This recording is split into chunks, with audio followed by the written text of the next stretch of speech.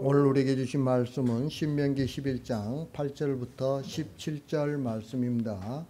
제가 가지고 있는 구약성경 279페이지 신명기 11장 8절부터 17절 말씀입니다.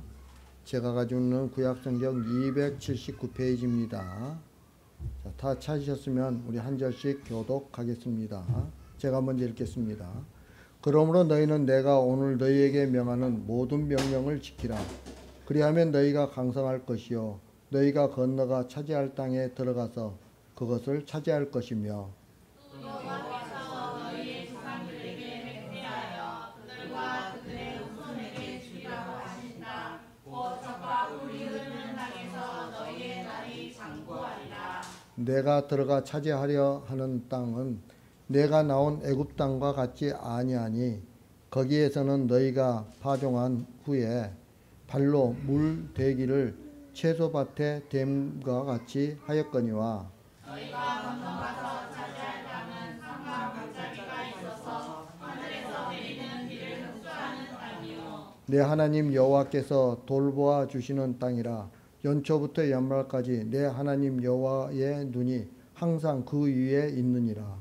내가 오늘 너희에게 명하는 내 명령을 너희가 만일 순종하고 너희 하나님 여호와를 사랑하여 마음을 다하고 뜻을 다하여 섬기면 여호와께서 너희의 땅에 이른비 늦은 비를 적당한 때에 내리시리니 너희가 곡식과 포도주와 기름을 얻을 것이요 또 가축을 위하여 들에 불이 나게 하시리니 내가 먹고 배부를 것이라. 너희는 스스로 삼가라. 두렵건대 마음에 미혹하여 돌이켜 다른 신들을 섬기며 그것들에게 절함으로 여호와께서 너희에게 진노하사 하늘을 닫아 비를 내리지 아니하여 땅이 수산을 내지 않게 하심으로 너희가 여호와께서 주신 아름다운 땅에서 속히 멸망할까 하노라. 아멘.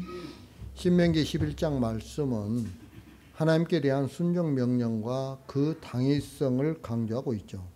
모세는 이스라엘이 하나님께 순종해야 할 당위성을 이중적으로 강조하고 있어요. 먼저 이스라엘 백성들이 하나님의 크신 능력과 기사로 출애굽하여 지금까지 이르렀다는 것이죠. 다음으로는 가나안 땅에서의 축복이 하나님께 대한 순종으로만 얻을 수 있다는 것을 제시하고 있어요. 그러면 오늘 말씀이 우리에게 주는 교훈이 무엇인지 알아보도록 하겠습니다. 먼저 10절, 11절 말씀입니다. 10절, 11절 말씀 다 같이 시작.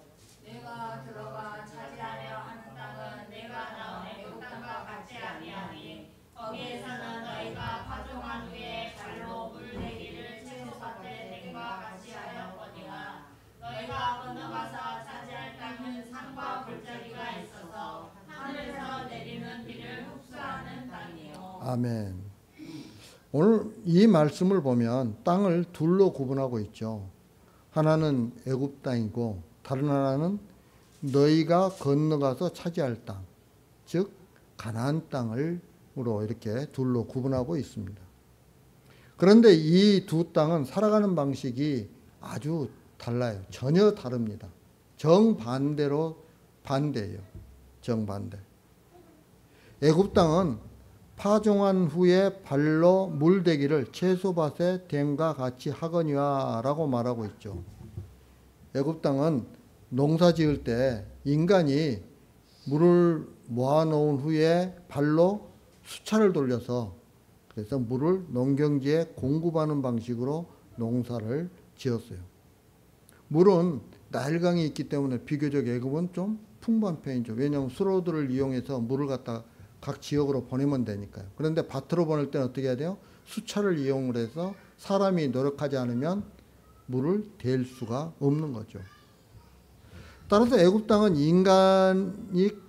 인간의 끊임없는 노력이 없이는 물을 끌어올 수 없는 땅이에요.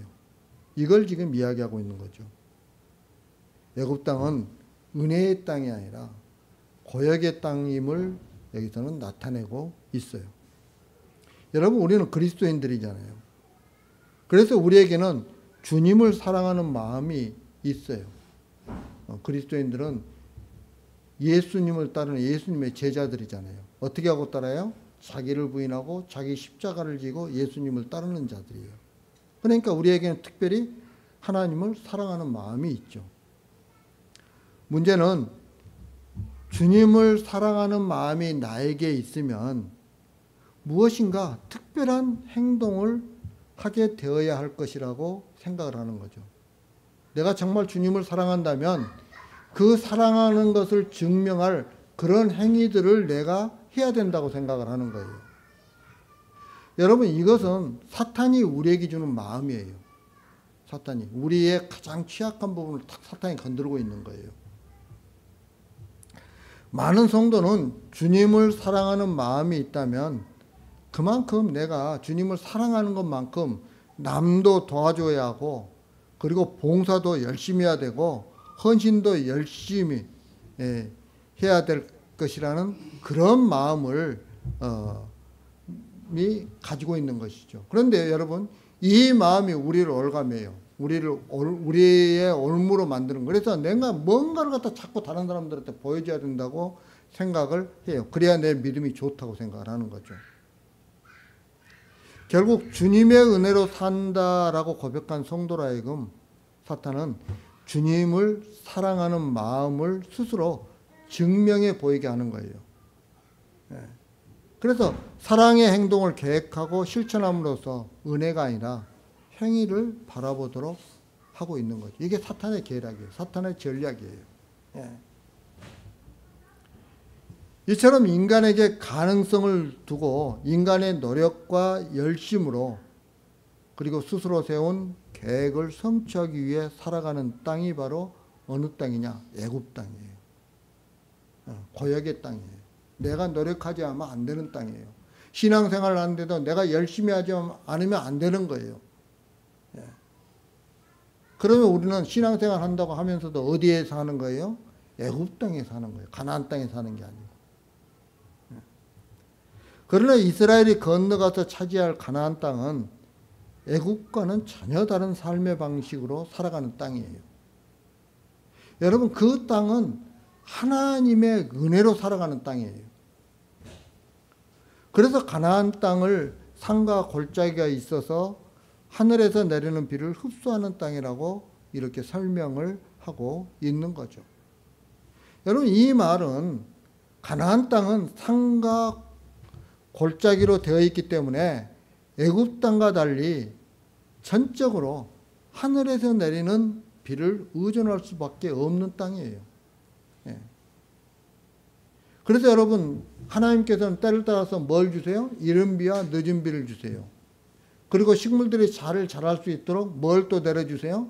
이슬을 내려주세요. 평상시에는. 이른 비와 늦은 비가 없더니 이슬을 내려주시는 거예요. 그래서 가나안 땅을 비를 흡수하는 땅이라고 말하고 있죠. 애굽 땅은 인간의 노력으로 물을 마시게 해 주어야 하는 땅이지만 가나안 땅은 스스로 물을 마시는 땅이라는 거예요. 여러분, 겉으로 보기에 어떤 땅이 더 좋을까요? 산과 골짜기로 이루어진 가나안 땅의 지형과 넓은 평원으로 이루어진 애굽 땅을 갖다 비교해 봤을 때 여러분, 어느 땅이 겉으로 보기에 더 좋은 땅일까요? 비교할 수 없어요. 애굽 땅이 훨씬 더 눈으로 보기에 좋아요. 예를 들자면 아브라함의 조카인 롯이 소알 땅을 바라보면서 어떻게 생각해요? 소돔과 고모라가 있는 그 땅을 바라보면서 에덴 동산과 같다고 봅니다. 지금 자기가 있는 가나안 땅을 보고서는 어떻게 해요? 비좁은 땅이에요. 가축을 키우기에 비좁은 땅. 근데 소알 땅을 보니까 에덴 땅 같다는, 에덴 동산 같다는 거예요. 우리 눈은 그래요. 우리 눈은. 하지만 하나님을 전적으로 의지하고 있는 땅이 가나안 땅이에요. 하나님만 바라보는 땅이에요. 가나안 땅은. 때문에 오히려 하나님의 은혜 안에 있을 때에는 애굽처럼 끊임없이 어떤 인간의 노동력을 요구하거나 인간을 착취하는 그런 땅은 아니라는 거예요. 가나안 땅은요. 왜? 하나님이 키워주시니까. 그러니까 우리 눈에 보이기에는 애굽 땅이 훨씬 더 좋은 것 같은데 하나님 안에 있는 사람들에게는 어디가 훨씬 좋은 거예요? 가나안 땅이 훨씬 좋은 거예요. 가나안 땅이. 자, 그러면서 여러분 12절 말씀 한번 읽겠습니다. 12절 말씀 다 같이 시작. 네 하나님 여호와께서 그와 주시는 땅이라 연초부터 연말까지 네 하나님 여호와의 눈이 항상 그 위에 있느니라. 아멘. 여러분 연초부터 연말까지라는 건 1년 내내란 뜻이잖아요. 예. 그러니까 가나안 땅은 인간의 수고와 노력이 아니라 1년 내내 하나님의 은혜로 살아가는 땅이라는 거예요. 따라서 이스라엘은 가나안 땅에 들어가서 자기들의 수고와 노력으로 살려고 하는 그 애굽의 삶의 방식을 그대로 적용해서는 안 되는 거죠. 이제 무슨 말이냐면 자기들의 수고와 노력으로 살려고 하는 그 생각을 내려놓아야 되는 거죠. 그리고 누구를 바라봐야 되는 거예요? 하나님을 바라봐야 되는 거죠. 예. 만약에 그런 삶을 살지 못하게 되면 내 힘과 내 능력으로 내가 수고하고 노력해서 어떤 수확을 거두면서 살려고 한다면 그런 삶은 은혜의 땅이 거부하는 거예요. 은혜의 땅이. 여호와의 눈이 항상 지키시고 보살피는 땅이기 때문에 잘 되든 못 되든 항상 주님의 은혜로 살아야 하는 것을 잊지 말아야 하는 땅이 어디예요? 가나안 땅이에요. 우리가 살아가야 할 땅이, 우리가 살아가는 땅이에요. 우리가 살아가는 땅. 이렇게 사는 것을 가지고 하나님을 섬긴다, 하나님의 명령을 지킨다라고 말하는 거예요. 하나님의 은혜를 항상 깨달으면서 모든 것이 하나님의 은혜임을 알고 살아가는 것, 이게 하나님의 명령을 지키는 거예요. 예. 그런데 여러분 1절에 보면 이렇게 말씀하고 있어요. 그런즉 내 하나님 여호와를 사랑하여 그가 주신 책무와 법도와 규례와 명령을 항상 지키라 라고 이렇게 말씀하고 있어요. 그리고 2절부터 6절에서는 하나님께서 이스라엘을 애굽에서 이끌어내신 일, 그리고 광야에서 행하신 일들, 또 땅을 열어서 다단과 아비람을 삼키시는 일들을 말씀하고 있어요. 애굽에서 이스라엘을 끌어내신 것도 하나님의 은혜예요. 그런데요, 그것만 하나님의 은혜가 아니고요, 광야에서 수많은 원망 속에서도 이스라엘을 인도하시고 지키신 것도 하나님의 은혜예요. 예. 우리가 이 땅에 살아가면서 여러 가지 어려운 환경 가운데 하나님을 원망하고 불평하고 막 이러면서도 하나님께서 우리를 예수 그리스도 십자가의 보혈로 계속해서 끌고 가시는 거 어디로? 천국을 향해서 계속 끌고 가. 이것도 하나님의 은혜라는 거예요. 예.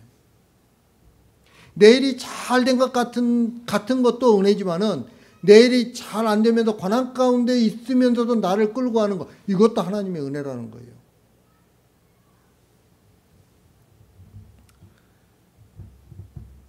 애굽에서 이스라엘을 그래서 끌어내셨잖아요. 그래서 광야를 통해서 우리를 연단시키는 거예요. 그래서 은혜예요. 은혜. 예. 그런데 이 은혜를 망각하고 다단과 아비람은 스스로를 높이려고 했죠. 예. 하나님께서는 그것을 결코 용납하시지 않는다는 것, 하나님께서 용납하시지 않는다는 걸 보여주시죠. 어떻게 해서 보여줘요? 땅을 갈라가지고 그 땅으로 빠지게 하신 거예요. 땅이 그들을 삼키게 하신 거죠. 예. 결국 여러분 1절에서 말하는 책무란 건 뭐냐면 하나님의 은혜를 보이는 민족으로 부름받은 것이 책무예요. 이스라엘 백성들의 책무가 그거예요. 하나님의 은혜를 보이는 민족으로 부름받는 것. 여러분 이것은 오늘 성도들이 말하는 책무와도 같은 거예요. 우리의 책무와도 같아요. 하나님의 은혜를 보여야 할 성도로 부름받은 것이 우리의 책무예요.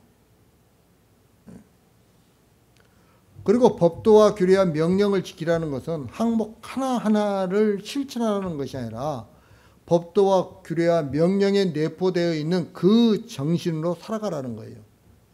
예. 자, 그러면서 여러분 13절 말씀 한번 읽겠습니다. 13절 말씀 한번 읽겠습니다. 13절 말씀 다 같이 시작.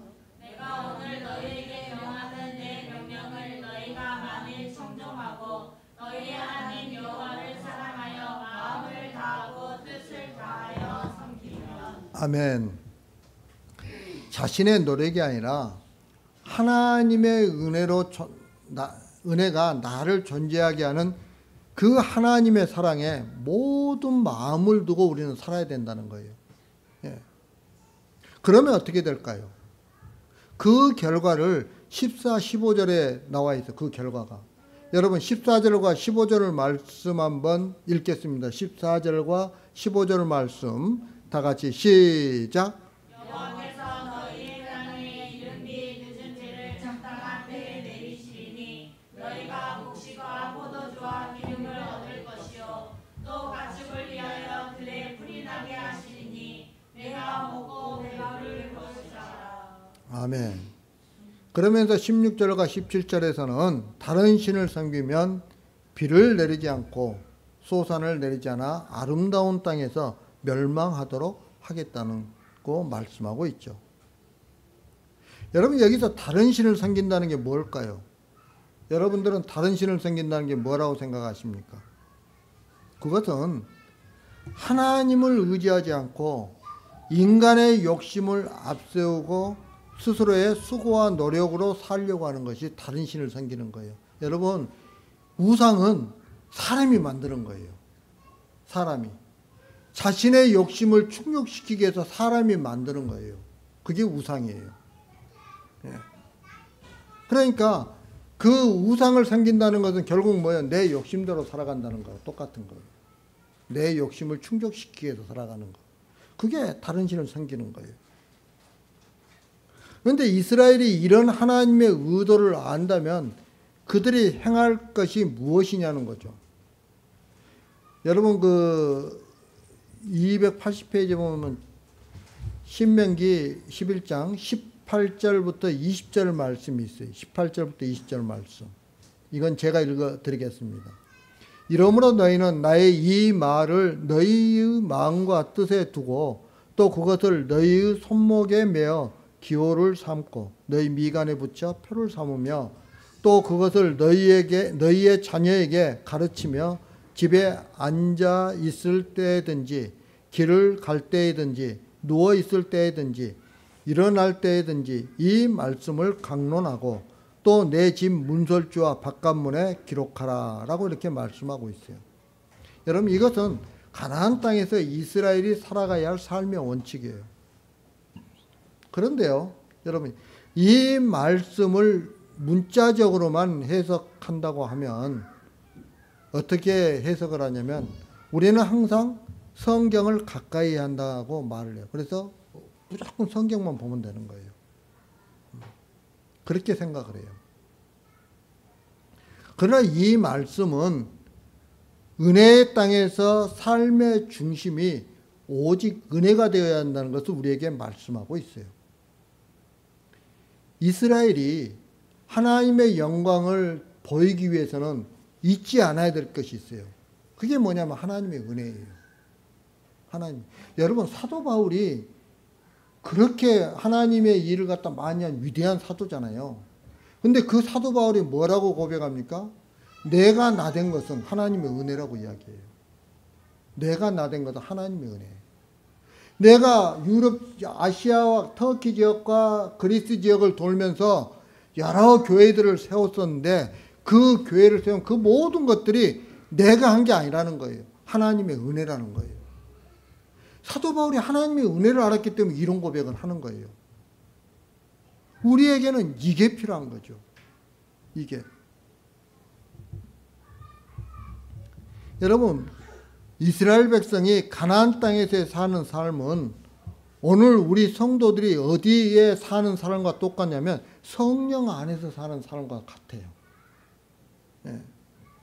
이스라엘이 애굽에서 나와 가나안에 들어간 것이 하나님의 능력이고 은혜라면 세상에 매어 살던 우리가 성령 안에서 사는 삶이 되었다면 그건 역시 그리스도의 보혈의 은혜로 된 것이죠.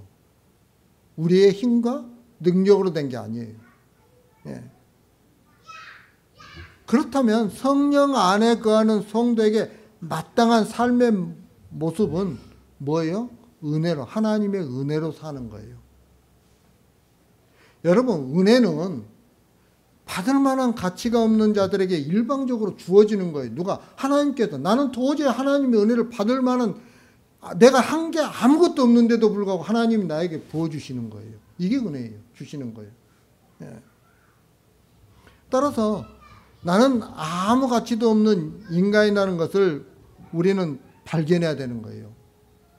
이것이 성령 안에 있는 모습이에요. 어떤 사람들은 교회에서 자기 아니면 교회가 쓰러질 걸로 생각하는 거예요. 그 사람은요, 성령 안에 있는 사람이 아니에요. 교회는요, 교회의 머리는 예수님이세요. 우리는 저를 포함해서 여기 있는 우리 모두는 지체예요, 지체들이에요. 예. 그런데 그걸 생각을 않는 거죠. 자기가 마치 제일 중요한 사람처럼 생각해요. 아니에요. 모두가 중요해요. 모두가. 뿐만 아니라 우리 모두는 정말 하나님의 은혜를 받을 만한 아무 가치도 없는 인간들이에요.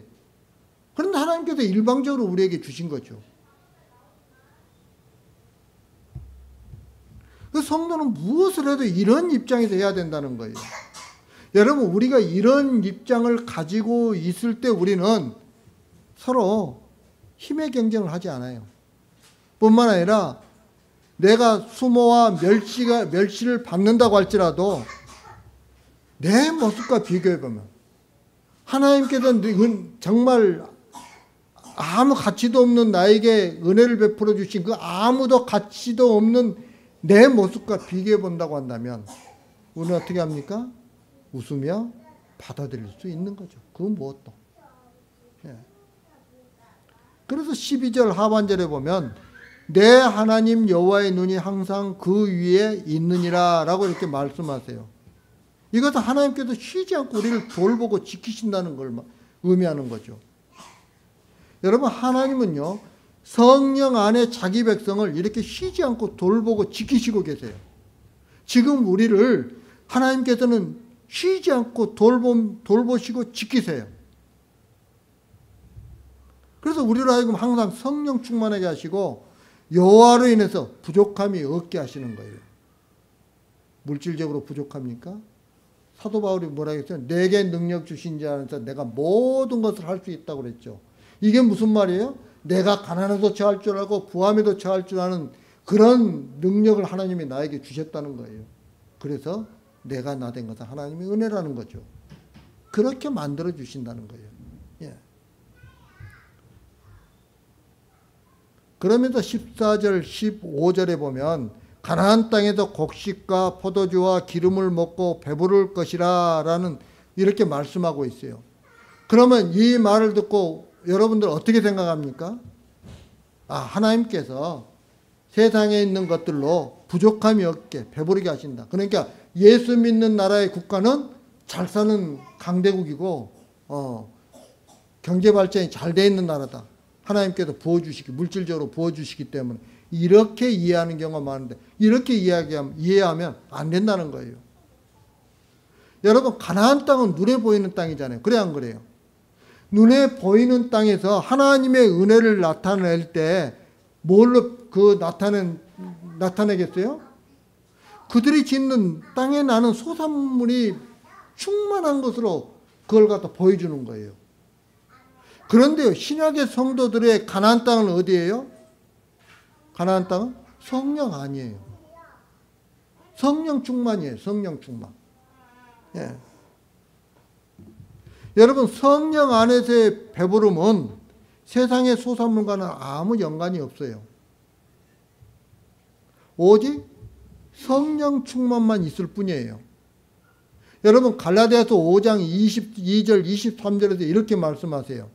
오직 성령의 열매는 사랑과 희락과 화평과 오래 참음과 자비와 양성과 충성과 온유와 절제니 이 같은 것을 금지할 법이 없느니라 라고 이렇게 말씀하고 있어요. 성령 안에서 맺어지는 것은 성령의 열매인 거죠. 하나님께서 이런 성령의 열매를 맺도록 하시겠다는 거예요. 따라서 성도는 성령 안에서만 살면 어디에 살아도 그 자리가 천국이 되는 거죠. 내가 높은 자리에 있든 낮은 자리에 있든 또 좋은 집에 있든 그렇지 않는 집에 있든 내가 지금 있는 곳이 천국이에요. 예. 또한 무엇을 해도 하나님을 향한 섬김과 봉사가 되는 거죠. 여러분 우리가 이걸 깨달아야 되는 거죠. 성령 안에 사는 성도는 밥을 먹고 물을 마시면서도 하나님의 은혜로 공급되어진다는 것을 잊지 않아요. 밥 먹을 가치도 없고 물 마실 가치도 없는 인간에게 먹이시고 마시게 하시는 그 은혜에 감사할 뿐인 거죠. 그럴 때 혹시 줄이고 목마른 상황이 닥친다 해도 이것이 원래 나의 모습이라는 것을 우리는 생각하게 되는 거죠. 그리고 그동안 배부르게 하신 것에 감사하면서 현재의 상황을 당연하게 받아들이게 되는 거예요. 여러분, 이것이 바로 먹든지 마시든지 무엇을 하든지 하나님의 영광을 위해 하는 거예요.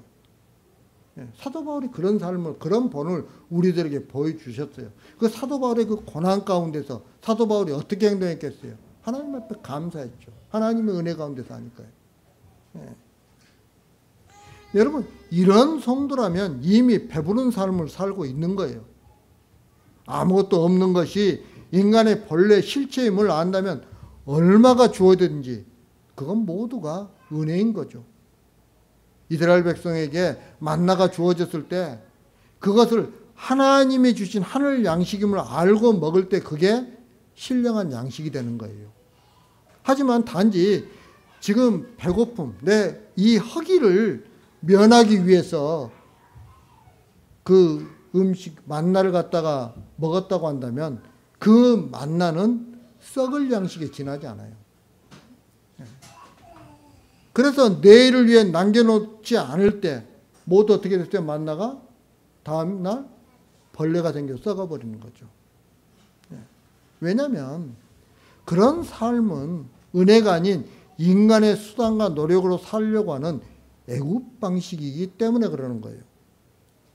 따라서 성도인 우리가 먹고 마시면서 내 힘이 아니라 하나님의 은혜로 주어진 것임을 잊지 않을 때 우리가 먹고 마시는 모든 것이 신령한 음식이 되는 거예요. 이것이 먹든지 마시든지 하나님의 영광을 위해 하는 거예요. 여러분, 여기서 가장 중요한 것은 나는 하나님의 은혜로 사는 자라는 것을 잊지 않는 거예요. 여러분, 우리는 하나님의 은혜로 사는 자들이에요. 이것을 잊지 않고 산다면 우리는 어디에서 살든지 성령 안에서 사는 것이고 하나님께서 지키시고 돌보시는 성도인 거예요. 그럴 때 피 흘려 우리를 사신 주님의 은혜가 우리를 놓지 않고 끝까지 지켜주시는 거죠. 우리는 이 사실을 깨달아야 하는 거예요. 이제 말씀을 마치려고 합니다. 사랑하는 성도 여러분, 교회는 은혜로 사는 사람들의 모임이에요. 따라서 교회에서는 자랑과 경쟁과 비교와 시기하는 것은 있을 수가 없는 거죠. 오직 하나님의 은혜와 은혜의 원리만 흘러야 하는 거예요. 그리고 우리는 하나님의 피조물로 살아가는 것에만 부지런할 뿐인 거죠. 오늘도 하나님의 은혜로 살았다는 그 흔적을 보이게 하는데 열심일 뿐이에요. 이런 마음이 날마다 우리의 삶으로 이어져서 성령 안에서 은혜의 배부름을 누리며 살아가는 저와 여러분들이 되길 주님의 이름으로 축복합니다.